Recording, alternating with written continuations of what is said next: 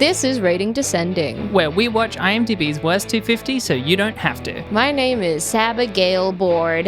And I'm Michelle Saints. And this week, we watched The Gallows. 20 years after a horrific accident during a small-town school play, students at the school resurrect the failed show in a misguided attempt to honor the anniversary of this tragedy, Oh my God. but soon discover that some things are better left alone. Let's watch. Oh no.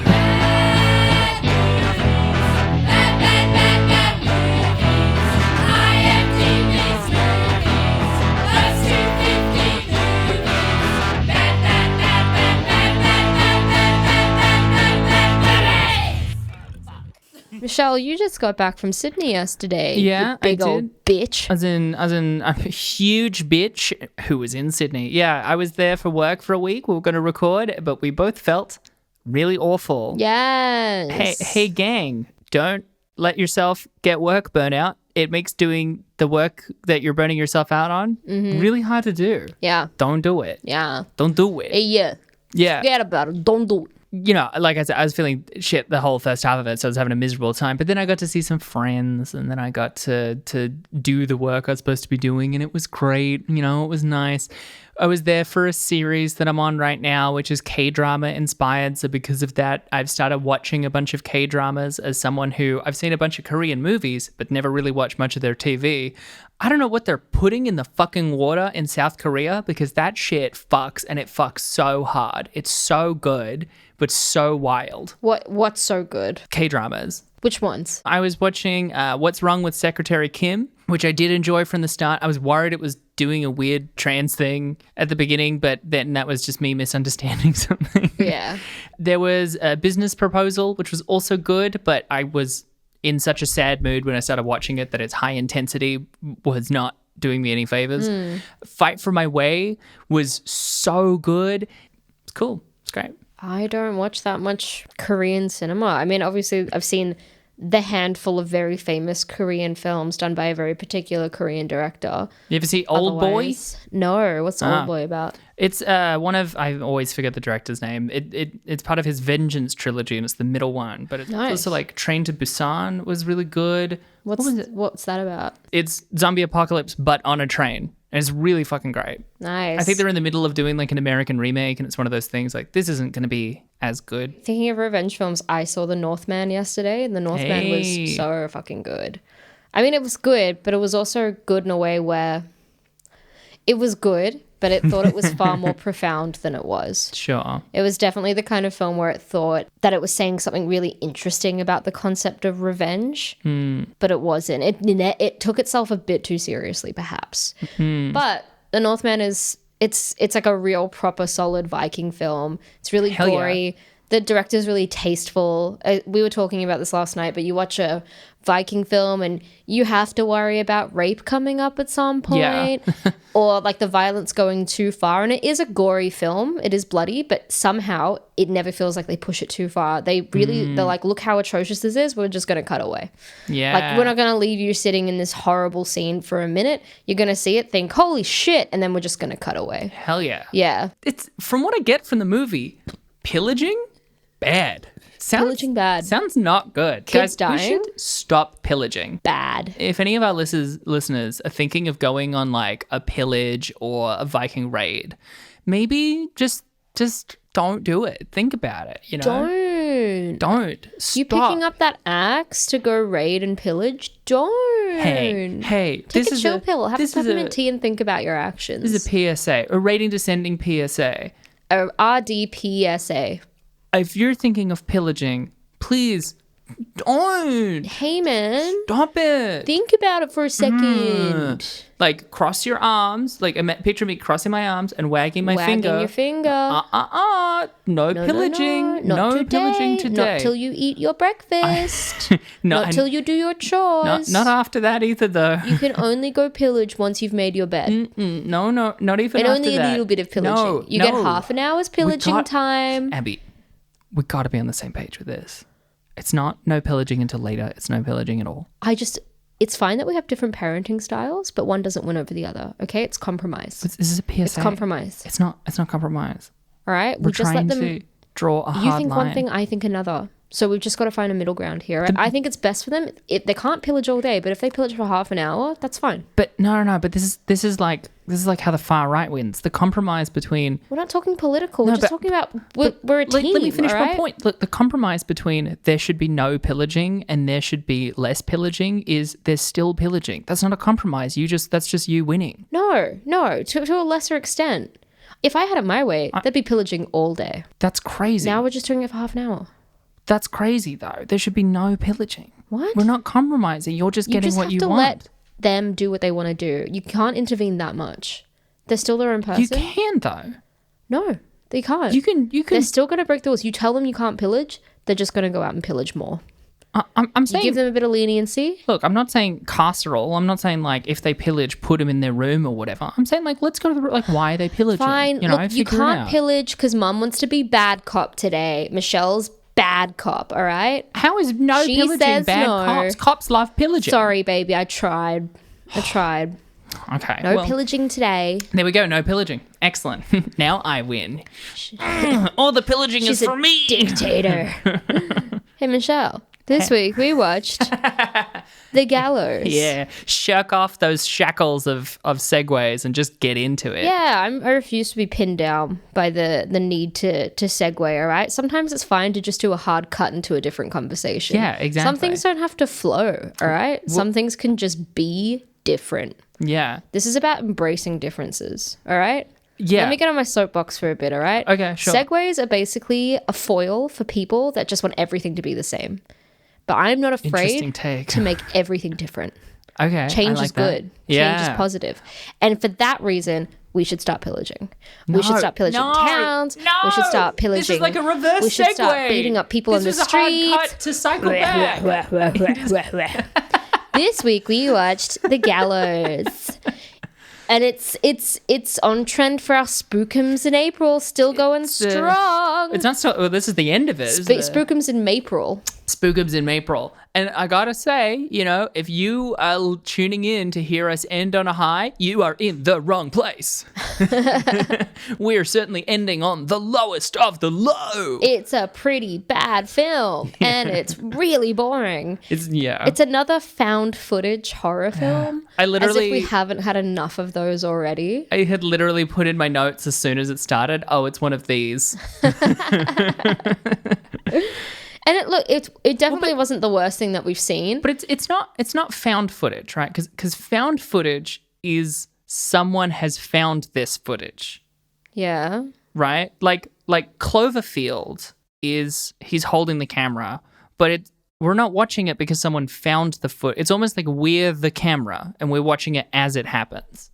But that's still what a found footage film is. Well, it shouldn't be. Because Blair Witch Project makes sense because they're like, we have found this. You're seeing the tapes of this. How is Cloverfield different? They find the footage at the beginning and watch it? No. It's just happening on camera. The way that the tapes are, it's especially because there's like the preamble at the beginning. It's like, these are things that happen. You're watching the tapes of the thing and you're like also cutting through time and stuff. Like in Cloverfield? No, in Blair Witch Project. Right. Like Paranormal Activity is more found footage because they're like, there's these recordings. Even the first one where there's not like a character going, there's these recordings, but it's so like, you're arguing that this isn't found footage because we're not seeing a character finding this footage? We're watching it? That's not even, I'm saying, because sometimes it'll just be like text on screen, like, this really happened and these are the recordings of this event or whatever. Like, it's not footage that was found. It's just, it's like a found footage movie But what distinguishes it as footage that is found? Is my question. Is that someone had found it, but we have to see someone finding it? Yeah, like no one finds this footage because they die. Right. I don't know. I don't think the camera makes it out. Right. No one found this. You don't think anyone would find this in the school? Like the school wouldn't open tomorrow and they wouldn't find his camera just sitting there? Maybe. That's not part of this movie. All right, point taken. Look, I know when to not beat a dead horse, and this conversation's done. All right, yeah, all right. Yep, you're right.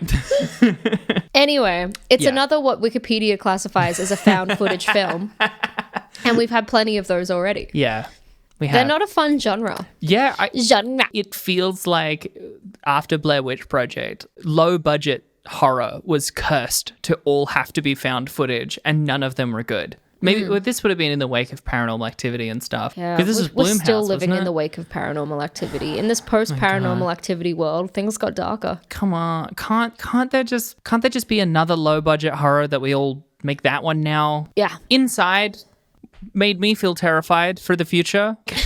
All horror movies should be like that. But this is like, this film, the whole premise is that, and I mean, we'll go into the overview, but yeah, they did the school play, Yeah. and there's an evil ghost of the kid that accidentally got hanged back in 1993. Yeah. That's like haunting these kids that are in this empty school. What I kept thinking of, because I love the idea of kids in an empty auditorium, like that's fun. Yeah. But I think that the reason that I like that is it kept making me think of the Goosebumps book, Phantom of the Auditorium, Oh. which was my favorite Goosebumps book. Hell yeah. And it's like, I think this tapped into deep nostalgia. It still didn't save the movie for me. The movie was trashy. Oh, yeah. But it was book number 24 of Goosebumps. And it's like about a girl and a boy who were best friends in the play. And there's like a secret phantom in the auditorium. And then like a boy went missing 20 years ago. Hey. And it was my favorite book. And I read it again and again and again. So this was kind of fun. I was like, ooh, spooky auditorium ghost. But somehow they made it so bland and so boring. I didn't read Goosebumps because it made me too scared. But I mean, hey, look, there's bits in the opening 20 minutes once you get past the initial recording of the event. Now, that's some found footage. The initial recording. The initial recording. That's some found footage, right? Yeah. Because that's real footage that they've all seen it.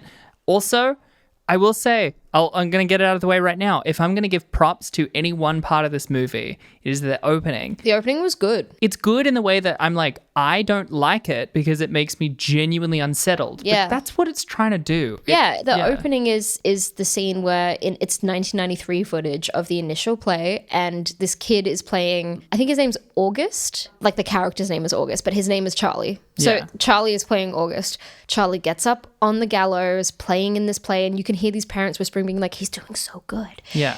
And then halfway through someone's monologue, the trapdoor just opens and he's hanged. He gets genuinely hanged. Yeah, his neck snaps. Which is It was shocking. shocking Yeah. to see and really upsetting, but also fully insane to me that there is a play called The Gallows that these high school children are performing. Yeah. So weird to do for a high school play. Yeah, is we The did Gallows. we did Little Shop of Horrors. Also, so that's a great We play. didn't do like Sleepy Hollow, you know?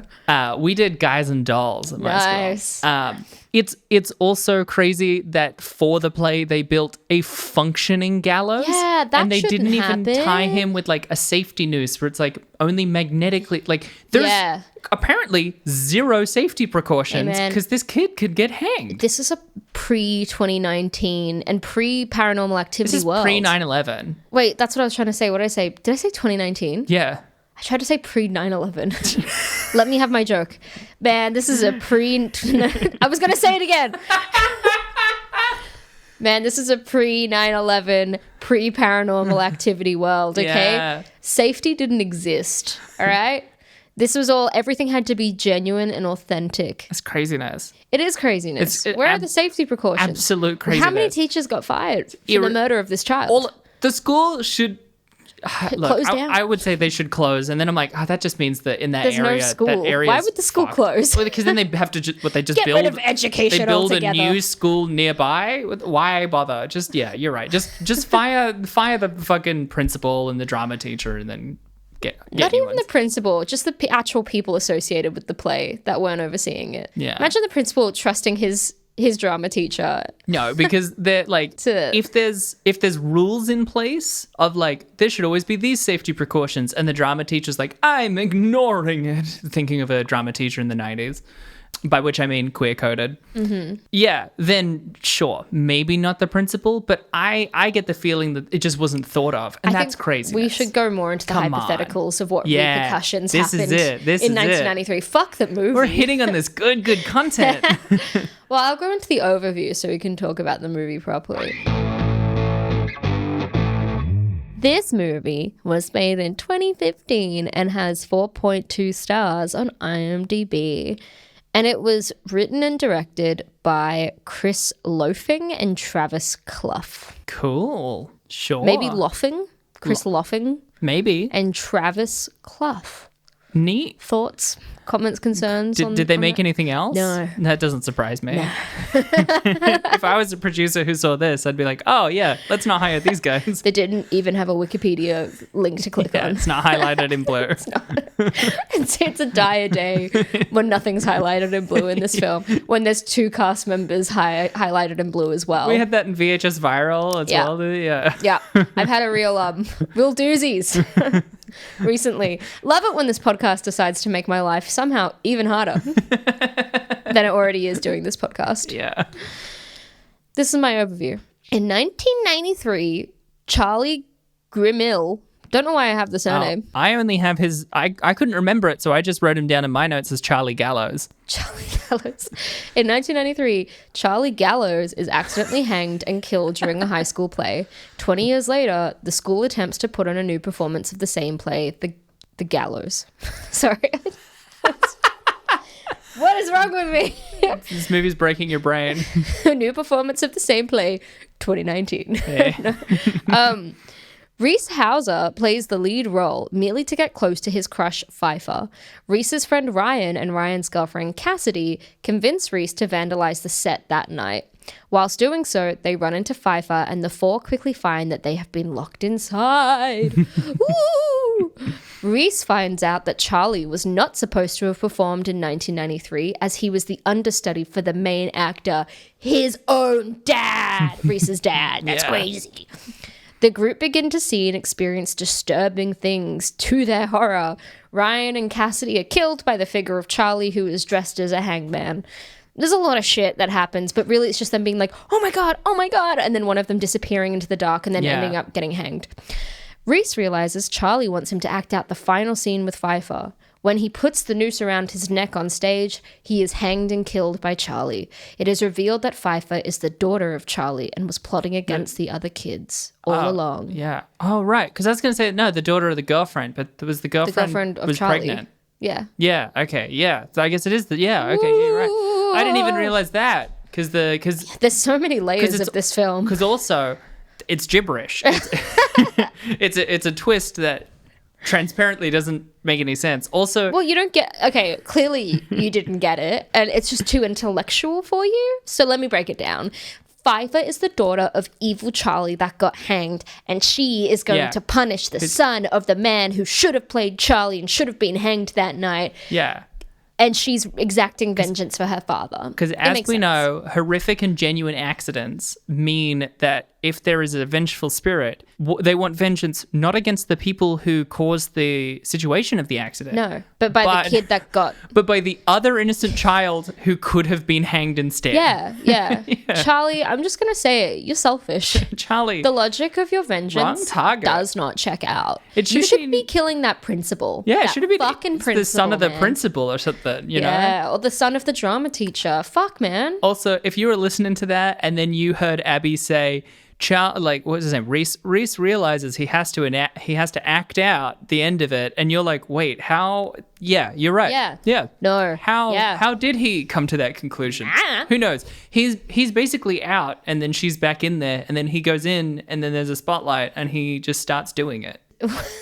What? He makes it out of the building. Yeah. And then he turns around because he's like, oh, Pfeiffer. And then she's not there. Oh, my God. And then he hears her calling out inside. And he's like, making the choice. And then he goes back in and she's on the ground. And he's like, oh, come with me. And then the spotlight comes down. And he kind of starts just realizing, oh, I should do the play. Yeah. Which is craziness. Don't know how he gets that. Don't know how he makes that fucking conclusion. Also, I feel like the beginning of this film obviously wasn't great, but at least it was like, it had that quite captivating opening scene. Yeah. And then they were setting up some of the characters and some of the performances weren't that bad. And what I'm talking about really is the girl that played Cassidy, who is like the guy that holds the camera for most of the time, Ryan, who is the friend of the main character. His girlfriend, cool. I couldn't tell if they were friends or brothers. I didn't understand their relationship for a long time. Because, I mean, if Reese's dad was the understudy, that would be Ryan's dad. Yeah, that's why I was confused. But they're just friends. And the girl that played Cassidy, which is one of the 2 actors in the cast that had a blue link, she was really good. She's also the daughter of Kathy Lee, who's like the famous American talk show host and presenter. Yeah.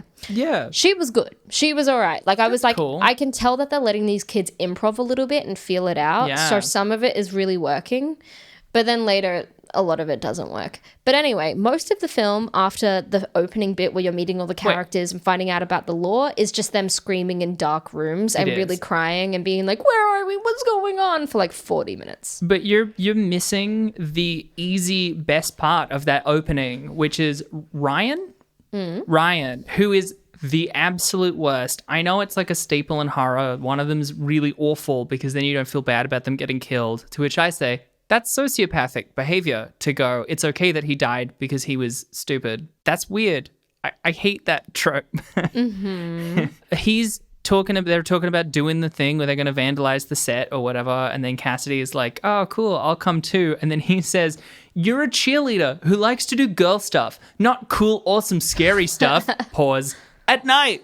It's maybe one of my favorite lines on this list. It's so stupid. Dick to his girlfriend. He's like, I said you could only come if you weren't gonna fucking like wimp out. Like, he's like an asshole. There is nothing nice about this young man. Well, she deserves better. Every line in this is like if I was trying to give you the gist of the subtext. You know, there's no all of it. It's not even text. It's supra text. Yeah, it's all so full frontal in this movie. To use that analogy. Full frontal. Yeah, very Angus Thongs of you. Yep. Angus, because the book. Yep.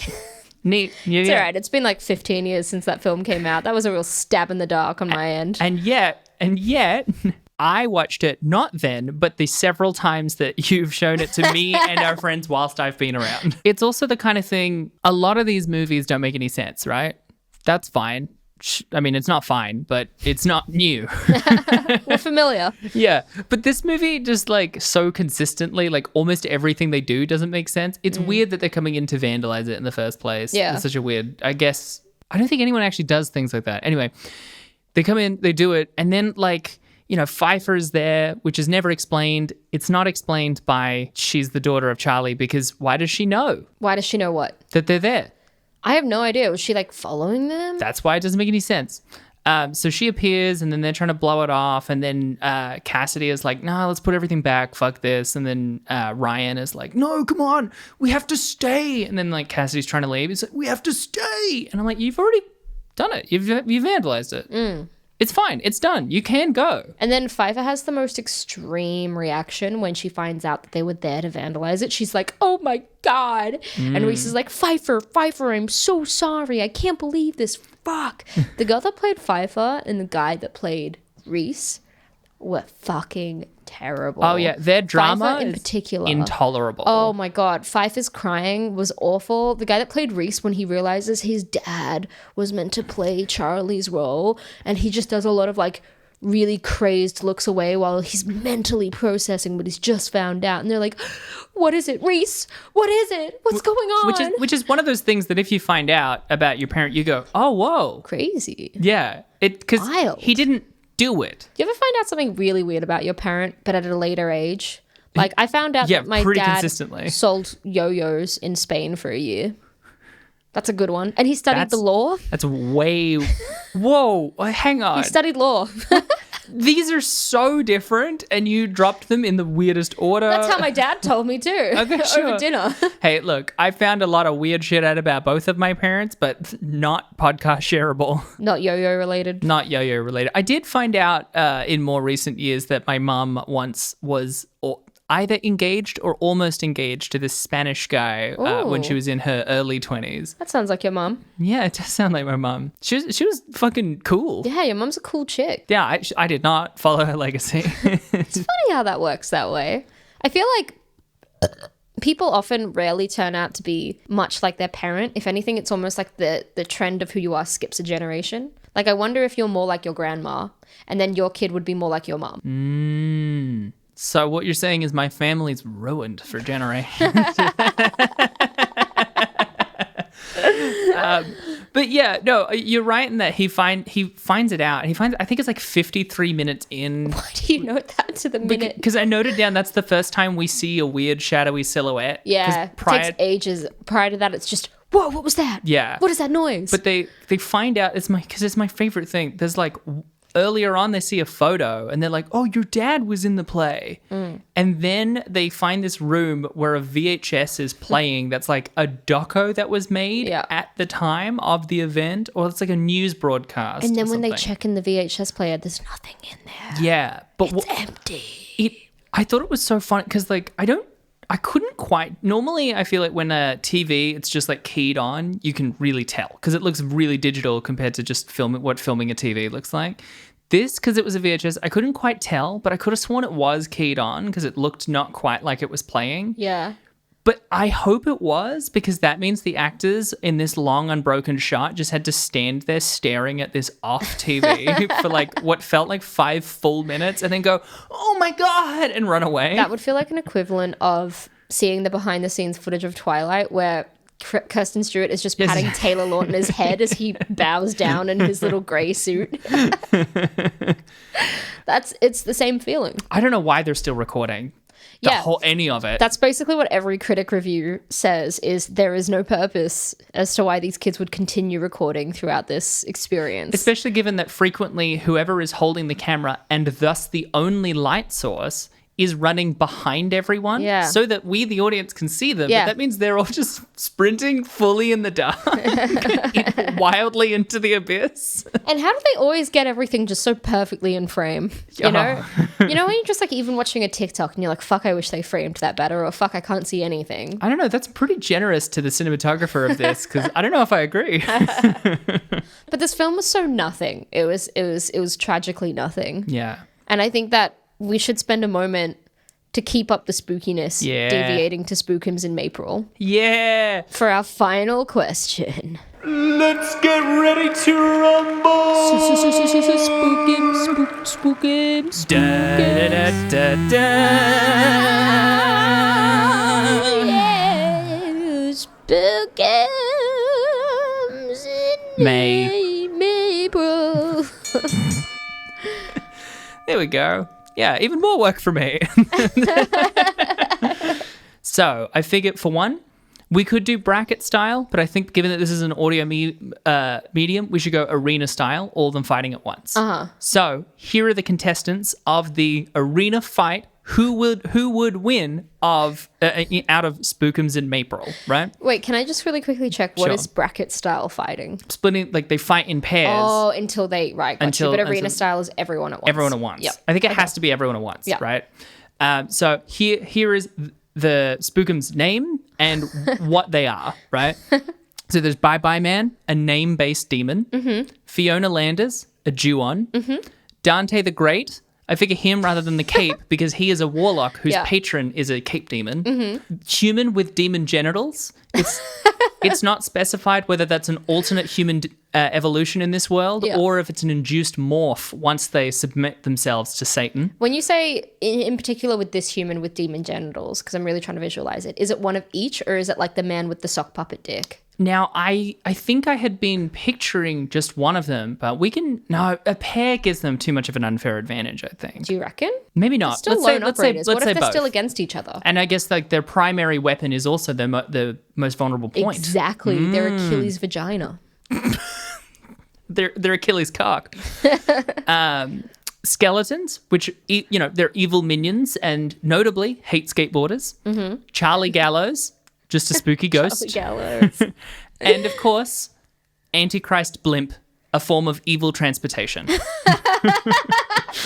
I have to say, and it's not because we're doing the film, and obviously there's a lot of further discussion we need to have about this. Obviously. We're going to get to the bottom of this. We've been waiting all month for this. The first thing I need to talk about is in relation to this film, in that Charlie Gallows seems to have a presence in which you do not need to see him or hear him for him to be able to attack you. Yes. Because they're just standing there and this chick Cassidy gets a thick fucking like rope around her neck. And they end up getting hanged. Like you don't see him killing them and yet they are killed. Yeah. Which makes me think that Charlie Gallows is so powerful, you're not even going to see him and he's basically going to hang you. In that scene as well, I even wrote down, it looked like he was going to slide into her DMs because it's literally just a shot of her like crying in this like red room. And then behind her, he's just like floating, but he's floating really close to the ground, so it kind of looks like he's just a still that's Tiptoeing. floating over. Yeah. That's sliding across the floor.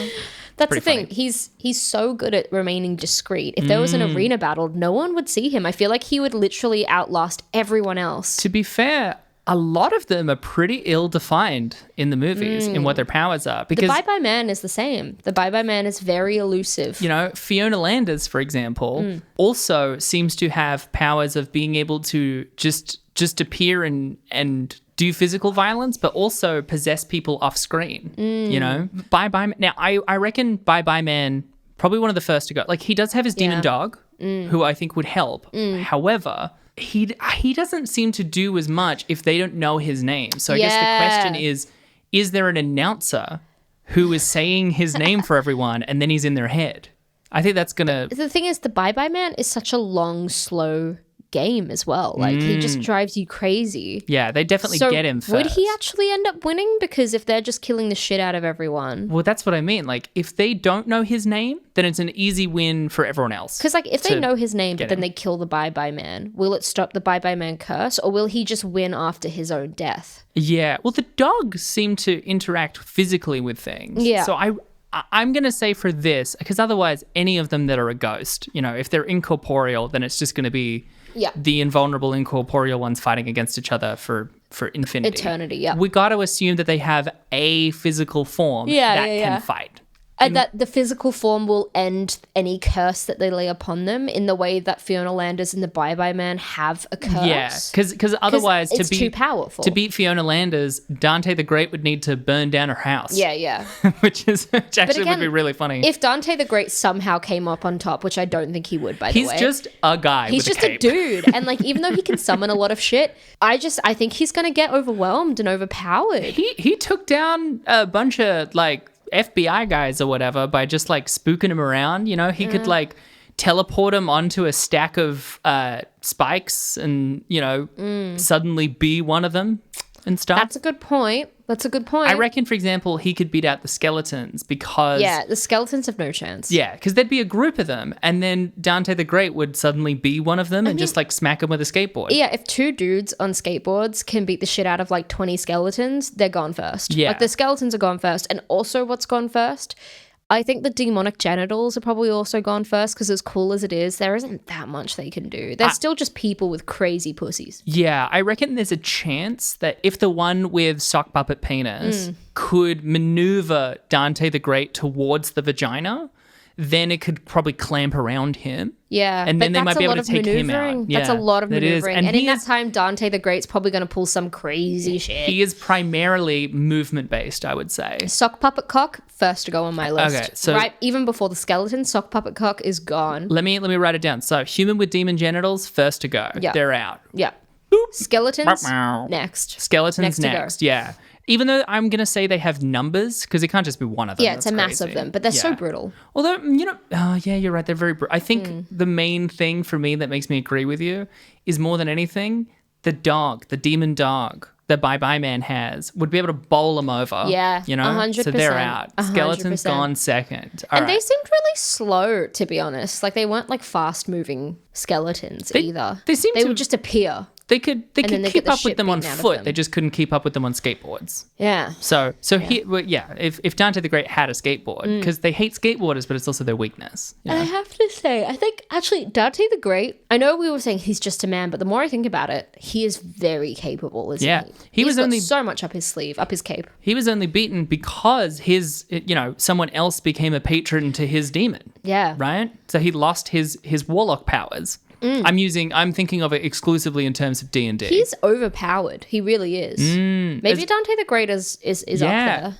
Well, I guess that means because he is overpowered as long as it's a trick. Yeah. Because the only time we see him kill someone in a way that isn't a trick is either lay the cape on top of them, which is, Yeah. or the one time. No, because I was going to say when he shoots an FBI guy, but even that was a trick because it was like, ta-da, you thought I was in front of you, but I'm behind you. So as long as it's a trick. So I guess the question between Bye-Bye Man, Fiona Landers, and Charlie Gallows, do you think they would make a supernatural pact to be able to like strip away any means for a trick? Oh, well, can I just also say that Sure. the only person that defeated Dante the Great was another person with the spooky cape abilities. That's what I'm saying. Which means, like, if you don't know how to use the spooky cape, you cannot beat him. And so I'm just thinking Fiona Landers, she's going to get some bullshit pulled on her. She is not, I just, no offense to her. And again, she's still a baddie. I'd still smash. But I'd still smooch. But I would not trust her against like Dante the Great. I think he would win 100%. Should be too slow and should be spending too much time trying to be creepy. Like should be really preoccupied with getting a good scare out of someone. That should be too slow.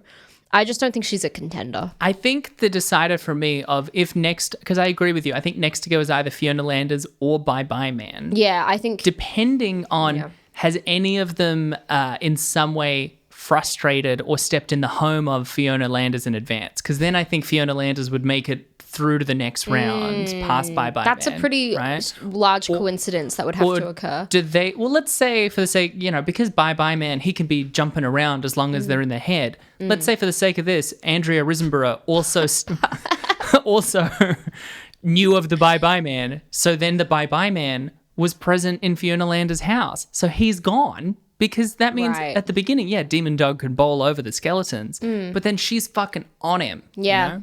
I reckon Bye Bye Man's gone. I reckon Bye Bye Man's gone. Yeah. So right now it's Fiona Landers, Dante the Great, Charlie Gallows, and Antichrist Blimp. Oh, the Blimp. So far, we've, no one's able to take it out, but it is not inherently winning this fight. No, it's not. As it stands.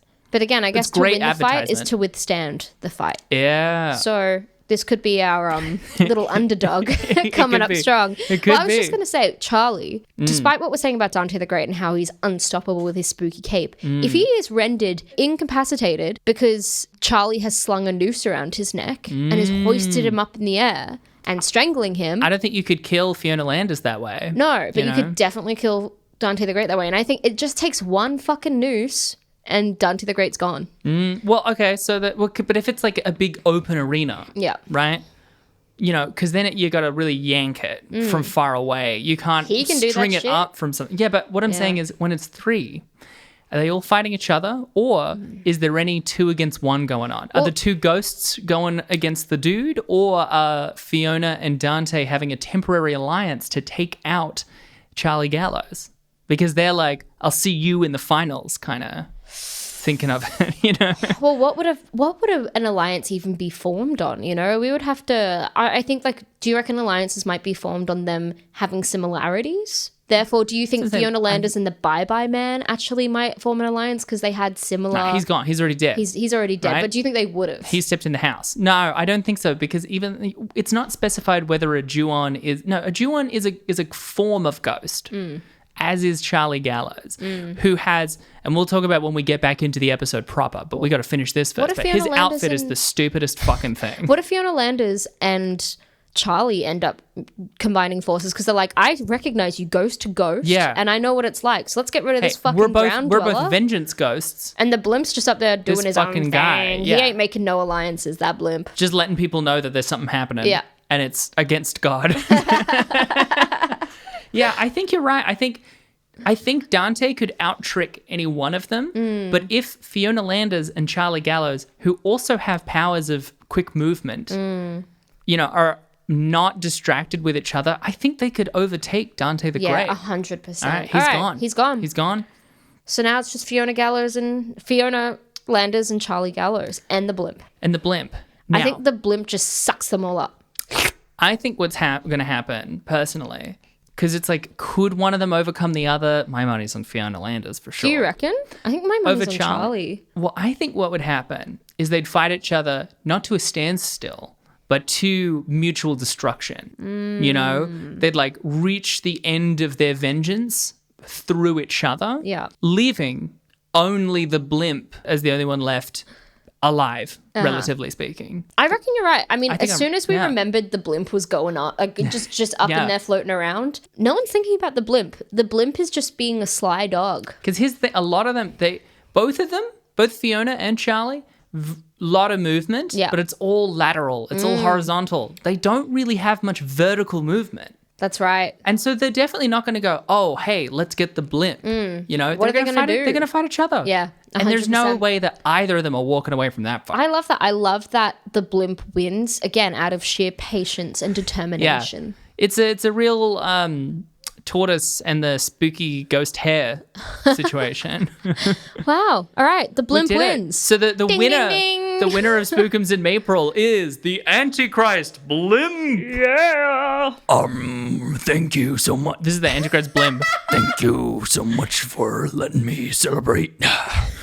Hey, Don't even know where to put the medal. It's just, I can't even. oh, just put it in my little transportation deck. Okay. You're not going to suck me in, are you? I mean, you are Just evil. try. And it gets just like slightly bigger. Everyone I'm really take a glad we ride. got to the bottom of that. That we was did. vital. That's what we've been building toward, and I hope we we made everyone proud.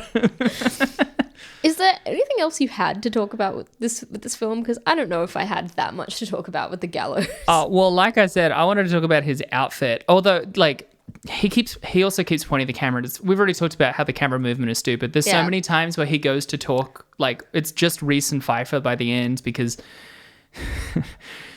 what's his name? Ryan is getting arrogant, and then he's like tensely going up a ladder, and they're like, no, stop, no. And I feel like the audience is going, oh my God, he's up high. He's going to get hanged. And what happens is he just kind of goes, ah, and he Falls flies off and breaks his leg. and he's like, ah, and you're like, oh, that, okay. And then Yeah. he just gets got later. Yeah. And then it's just Reese and Pfeiffer for ages, and it's so boring. long, and they are so that whole climax scene of him getting hanged because Pfeiffer, they start reenacting the play together. That whole scene was excruciating to watch them sobbing on the ground together and trying Yeah. to like act things out, and her being like August, and he's like, stop calling me that. Watching it with headphones at 4 p.m. whilst I was like just picking myself up from being in a miserable state. Mistake. Yeah. It's also because it's all very startle based. Yeah. Yeah. It's- And yet it didn't startle me once. Oh, it kept startling me because it would kept being like, ah, and I'm like, oh fuck. And I'm not like, I'm so scared. I'm like, oh, I'm irritated. But Yeah. yeah, he keeps talking to her, and when he talks to her, he points the camera at himself. Which is a really funny manifestation of that. Yeah. And then we finally get to see Charlie, who looks like when he was in he's in like the white shirt and rag pants with the hood on. But now the hood has like stitches over it and dark circles for eyes and a little spooky stitchy mouth. Stitches are terrifying, man. My favorite bit, they have to climb up a ladder to get to the attic, and then it like... It's like a hidden cut, and it goes back, and she's looking at him trying to close the thing, and it's just these like flashing red lights, and it kind of just looks like there's a rave going down there, or it's like a portal to cheap hell. Yeah, instead of being spooky. It's so funny. The devil's the DJ, baby, and all of his minions are partying. And then it literally ends by Hell would be a rave, and that's cool. yeah. That's sick. The way that a lot of evangelicals describe it sounds like it's going to actually be fucking rad. Yeah. Yeah. It's gonna be a party. All the best people sound like they're going to be there. Because then the whole end scene is after they do like a bow, which I thought was like, that'd be a neat touch if this was good or made Yeah. sense. But If you, unlike us, because we were contractually obliged, managed to make it to the end. it's like if someone does a really awful gymnastics routine, and then at the end they do this like bow cartwheel, and you're like, that's neat. Yeah. But God, man, I wish it didn't really suck before that. Yeah. But then they like storm the girlfriend's house where it's all spooky in there, which includes her watching the VHS again, and like her candles are melting over the screen, which I Yeah. think is a funny touch. And she's Yeah. like spookily brushing Pfeiffer's hair. Yeah. And now they're suddenly spooky instead of perfectly normal people who are secretly a thing. And then then Charlie attacks the cops. I thought he was limited to the school. It's not. He can just do anything now. It's his own house, He has Michelle. no That's his vengeance. daughter and his wife. He goes to work every day at the school to Yeah. do his ghosting, and then he comes home exhausted, He argues and bickers with his wife. I want to see goes to this bed. sitcom. Is the wife comes home and he's the stay-at-home dad, Yeah. for sure. And he's like made dinner and they're like, "Oh, Charlie, I told you I'm trying to be vegetarian." And he's like, "Meh." And then like there's a noose hanging there. "Charlie, come on, Cut it out. Aw. Mom, I'm home." And it's Firefly. It's like, "Yeah, I suggested to them that they spook up the thing. I guess we'll finally get our revenge." That's the laugh track. I mean, yeah, We'll make it. let's do it. Charlie and the no, it can't be. It's got to be what's like Hangman's Row. Oh, come on. You got to do this with me. We can workshop it. Like a fucking. There's got to be a solid pun between like Hangman and I Hate My Marriage. To make it like 90s sitcom sort of, like Ball and Chain. Maybe there's something there. Dead man walking down the aisle. That's the bad version of it, but that's the kind of thing I'm looking for. Come on. Don't put me on the spot like this, Michelle. The whole podcast is on the spot. What? This is scripted. What? You didn't get the script? No. Have I been following it perfectly? Perfectly. Oh my God. Yeah. I guess I just know you really well. Am I that predictable? Yeah. That's what I thought you were going to say right here. Oh Actually, my- I did script this bit too. Damn it. Damn it. What How about hanging around? Oh no, that's great. Hanging around. Or like, I don't know if we're gonna do better than hanging around. Hanging around's pretty good. yeah. It hasn't quite got the I Hate My Marriage angle, Yeah. but it does sound like a sitcom. Exactly. So I'm happy to settle on hanging around, if not just because I think everyone, especially the listeners, are going, keep going with the podcast. Do you want to hear some trivia, Michelle? Yes, please. IMDb trivia. I have 2 pieces of trivia for you. Okay. It had plenty of trivia, but none of it was interesting. Yeah, that makes sense. Yeah. I found this funny. Most of the film's budget came from people who had never invested in a film before and were local friends of the filmmakers. Yeah, that tracks. Yeah. That makes sense. A friend-funded film. Yeah. And this was actually interesting. You know how we like that opening scene so much? The directors did not inform the rest of the cast and crew of the sudden prop malfunction they had scripted into the opening scene. Oh. This led everybody to believe that the actor playing Charlie had actually just hung to death. The genuine screams, horror, and frantic rushing of the crowd encapsulated exactly what the directors had envisioned for the beginning of the death sequence. So I understand that actually is a good scene and Yeah. the best scene in the movie by far, but that's a horrible thing to do to everyone. That's really intense. They got a- amazing reactions. It's a really fucked up thing to do to Yeah. an entire room full of people. Holy Yeah. shit. Like Ashton Kutcher comes out being like, "You got punked."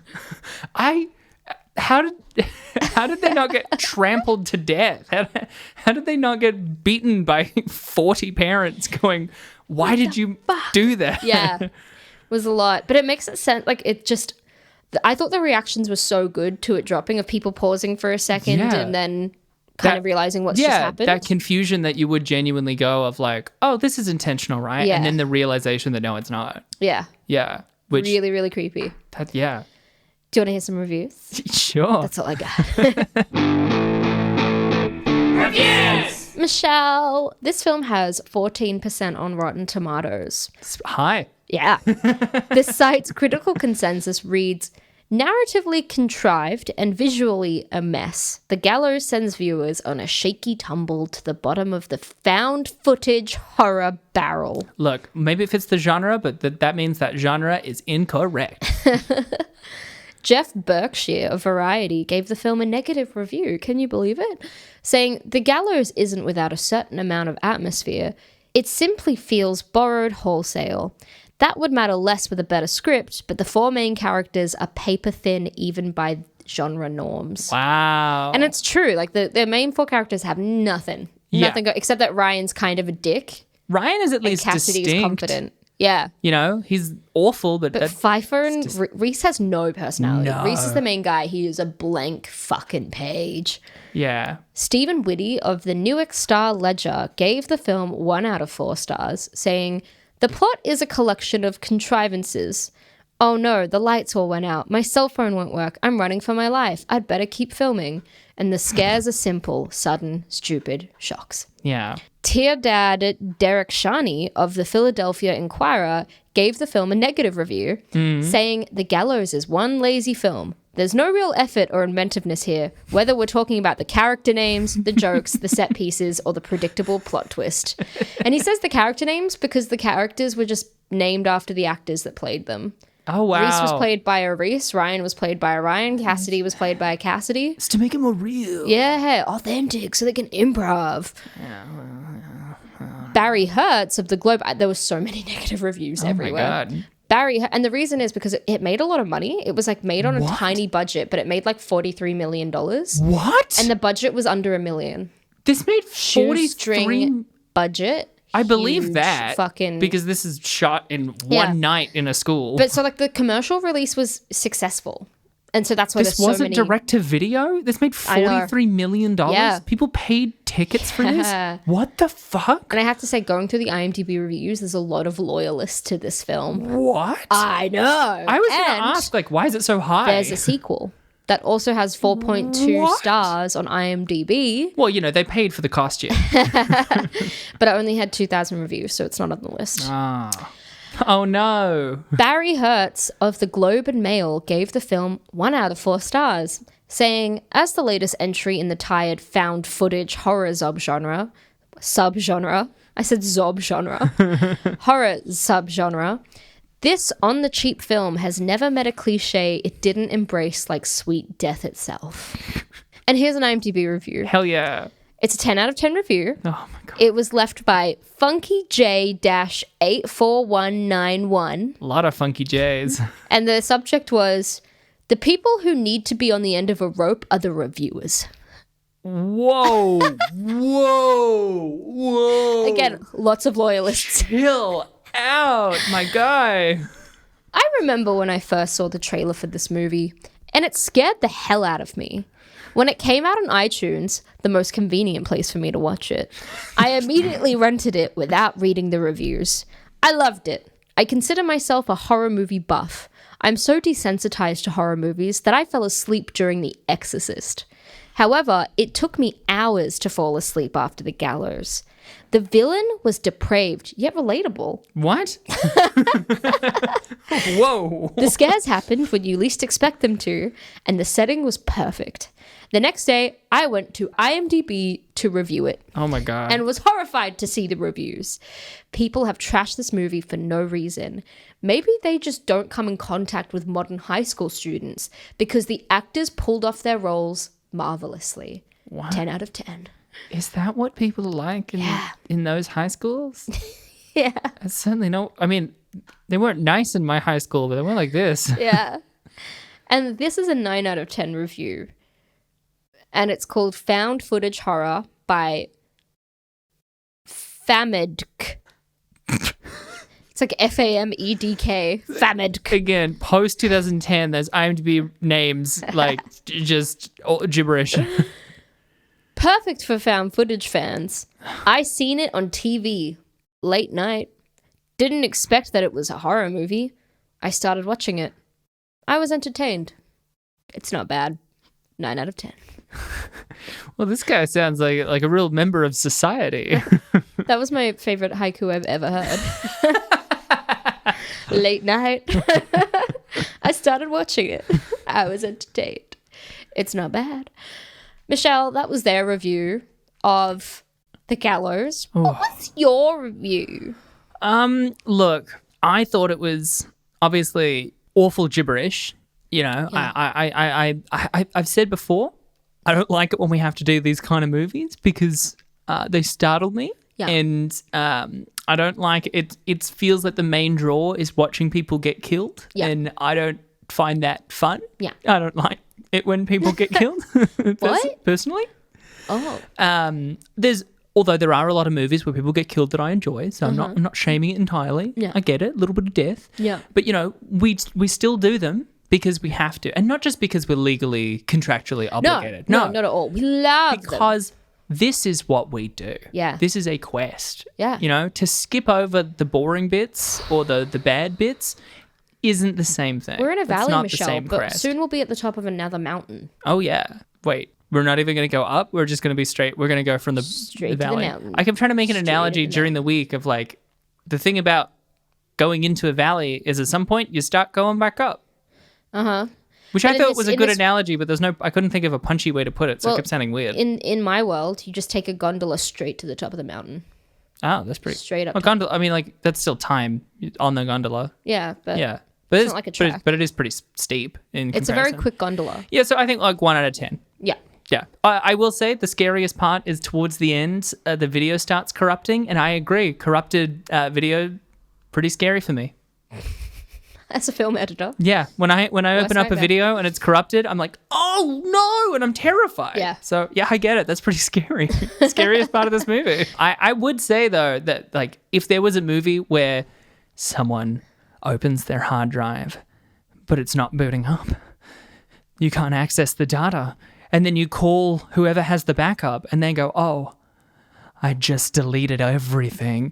No, that's pretty scary. So, That's pretty scary. Yeah. Well, I am inclined to agree with you, Michelle. This was a really boring watch. Yeah. And it wasn't even that tolerable. Like, I have No. to say, by a certain point, they were screaming so much and crying. I just had to start, like, taking a pause or, like, skipping the little bits of screaming for a while because I'm like, that's just going for too long. Like, it's Yeah. actually agonizing. It wasn't tolerable. It was very dull. The beginning was more... it's always in the reviews. I feel like I burp the most in the reviews. Like I've tried to suppress it for 40 minutes. Yeah, and it's just you've got to just come gone out. 40 minutes without burping successfully. Why the little... I don't know.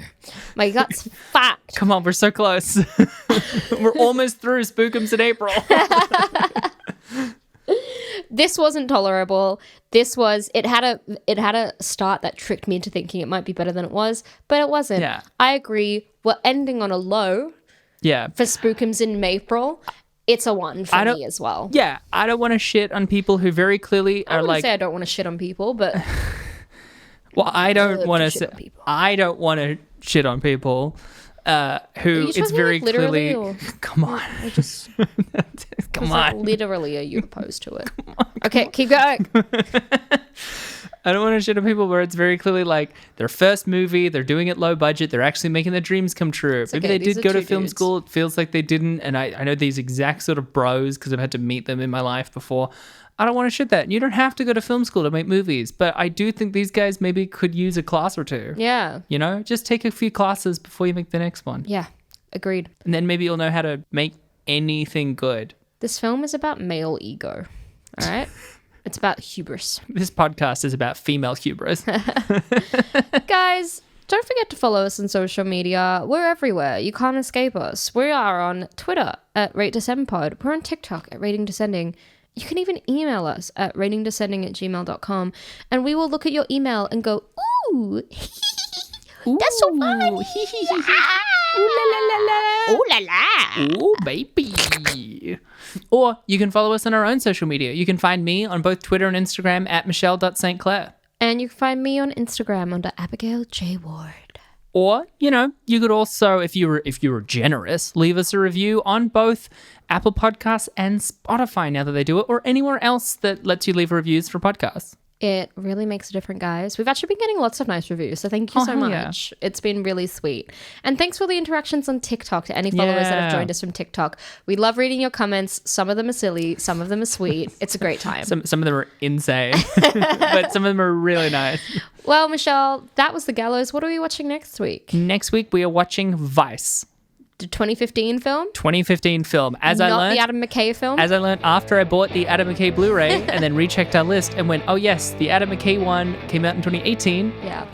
Yeah, that makes way more sense. Yeah. I thought that movie wasn't... It'd be shocking if an Adam McKay film was actually so low as to be on this list, because he did The Big Short, and that Yeah. fucking film is amazing. Vice was reviewed worse than Big Short, but like not this bad. All right, I'm keen for the not Adam McKay film next week. Yeah, it's another Bruce Willis. Yeah. Get that B-Will. The B Willy shot. The B Willy jelly. That's how we're gonna end this? Hi.